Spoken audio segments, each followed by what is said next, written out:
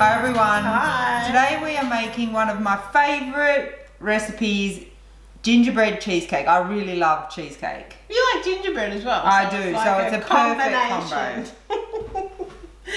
So we're making little small gingerbread cheesecakes. I really like the individually portioned ones because I think it looks nice. It looks cute. It's easy. You don't have to worry about cutting it up.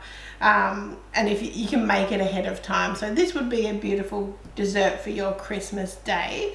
So what we do first is make like a gingerbread spice mix, and then we put some of that into our base and some of it into our cream cheese mixture. Now when we were getting ready for this, I told Erica I was very good at making spice mixes, and she laughed.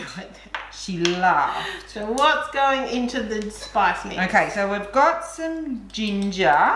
Now in the recipe it offers 4 to 6 teaspoons depending on how gingery you like it. We like a strong ginger flavour, so we'll go with 6, which is probably going to be way more than that little bit.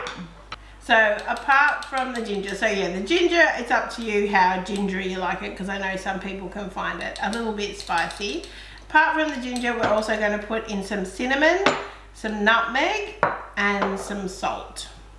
So that was a rough measurement. Okay, so that is the first job, getting the gingerbread spice mix made. And now we're going to make the base. We're going to bake that, and then we're going to make the cheesecake mixture, and we're going to bake it again. So to make the base, we're going to use almond flour, or like meal. Yeah, what do you call it without the skin? Blanched almond meal if you're in Australia. Coconut flour, some granulated sweetener, and some butter. So 2/3 of a cup of almond flour. So that's the main part of the base. And then we're going to pop a tablespoon of coconut flour.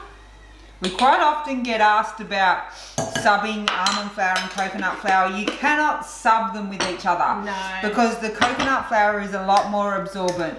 Yeah. And you can't replace a regular flour recipe with coconut flour 1-for-1. It won't work. No. It's a little bit tricky to work with, and quite often with baked goods, it's good to have a mixture, a combo of both of them. So we've got our sweetener, our coconut flour, and our almond flour, and then we're going to do 1 tablespoon of our spice mix into the base. I'm just going to mix this together, and then we will add in our melted butter. And then it's just kind of it'll just be similar to like a normal cheesecake base, where you just kind of press it into the bottom of your molds. Cheesecake is a really easy one to make low carb or keto. You just make a base that doesn't have flour and stuff in it. Almond flour works really well for a cheesecake base. Cream cheese is fine.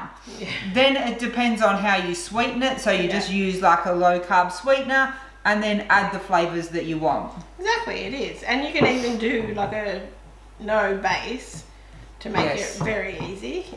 Now this recipe can be found in the festive ebook bundle. There's a couple of cheesecake recipes in there, I think, but this is my favorite. Yeah, this is a baked one. The other one in there is just one that sets in the fridge in individual portions, so it's a much easier version. So we've preheated the oven to 160 degrees Celsius, 320 Fahrenheit, and we're going to use silicone muffin molds. If you've watched any of our recipes before, you know we love our silicone muffin molds. We've got 2 different sizes today.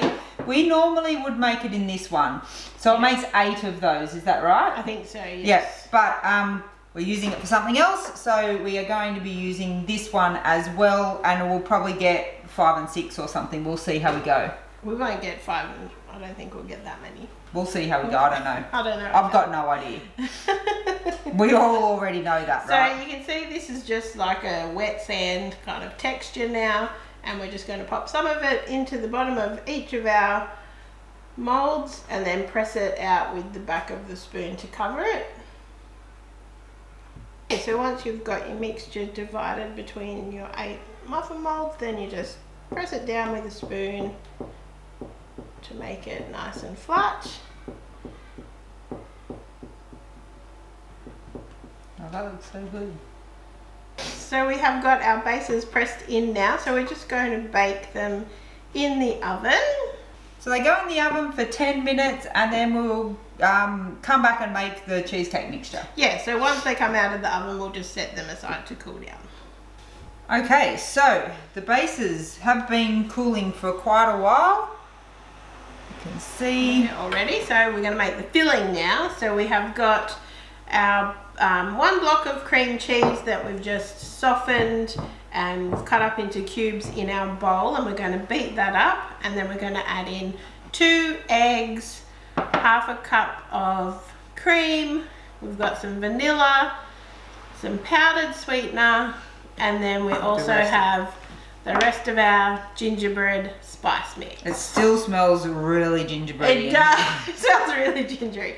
So first of all, I'm just going to whip up the cream cheese until it's nice and smooth.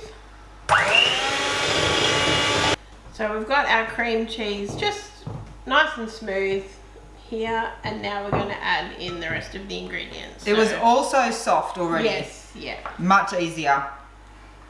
We just left it out of the fridge overnight. It wasn't very hot here last night, but you could just leave it out of the fridge for a couple of hours.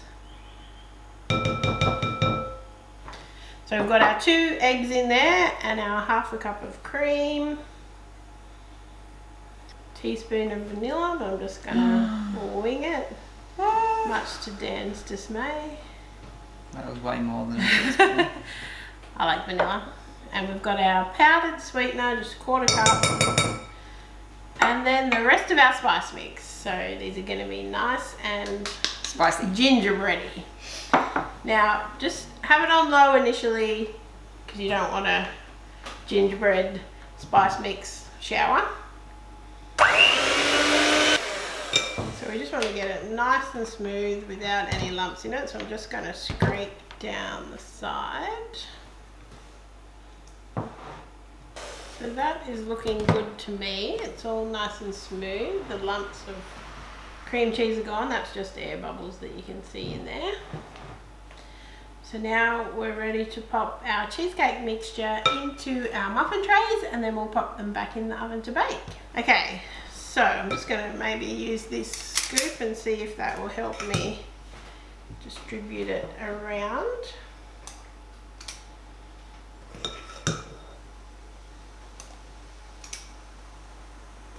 Thought you might want to try the mixture, Dan. I do want to try the mixture. I'm going to get a spoon.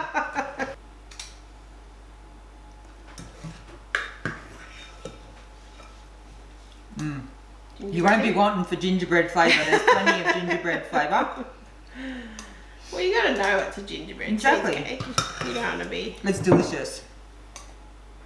Now, the filling will rise like a little bit while it's cooking, but you don't need to leave too much room. These ones are obviously a lot smaller than these muffin cups, so you might get a few more depending on your muffin molds. Yeah. Okay, so our cheesecakes are all ready, so we're just going to bake them in the oven. 20 minutes. And it's still at the same temperature, 160 degrees.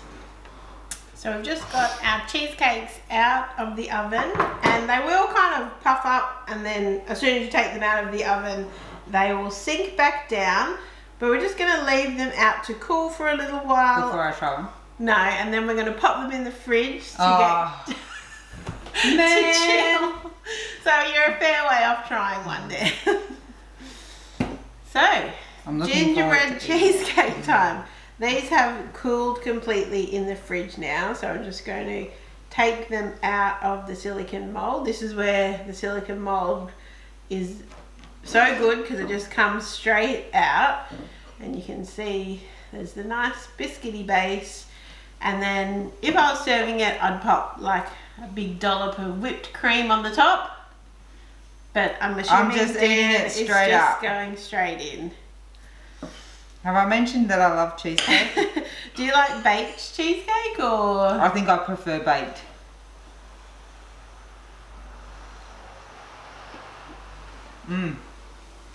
How's the gingerbread? If you like gingerbread flavour, this is definitely something you need to try. It didn't seem that hard. No, I don't think it's difficult. No.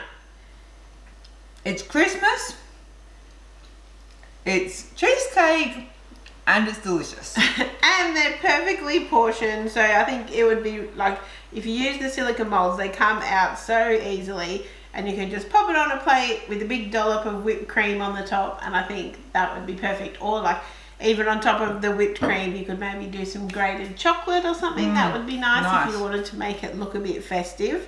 But yeah, how the base is nice and crunchy. Perfect. Hopefully guys, you found this video useful. Check out the festive ebook bundle for this recipe and loads more. Hopefully you've enjoyed the video. Thanks guys. Bye.